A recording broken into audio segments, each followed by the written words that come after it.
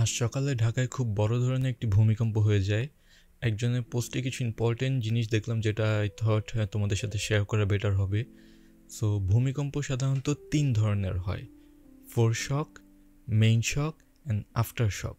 বাংলাদেশে যেটা আজকে হয়ে গিয়েছে সেটা যদি মেইন শক হয়ে থাকে তাহলে এর কয়েক ঘন্টা বা কয়েকদিনের মধ্যে এর একটি আফটার শক আসবে।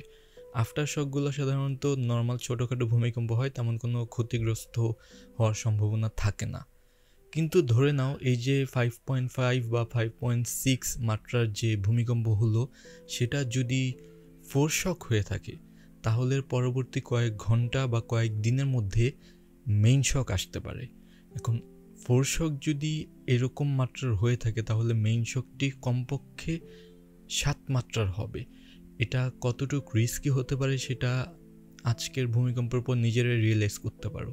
সো আমরা সবাই সাবধানে থাকার চেষ্টা করব। ভূমিকম্পের সময় যে ধরনের সাবধানতা অবলম্বন করা উচিত আমরা সেগুলো অবলম্বন করব। আমরা ছোটাছুটি করব না। অ্যান্ড ভূমিকম্পের সময় কী করণীয় সেটা নিয়ে আজকে রাতে আমি আরেকটি ভিডিও পাবলিশ করব।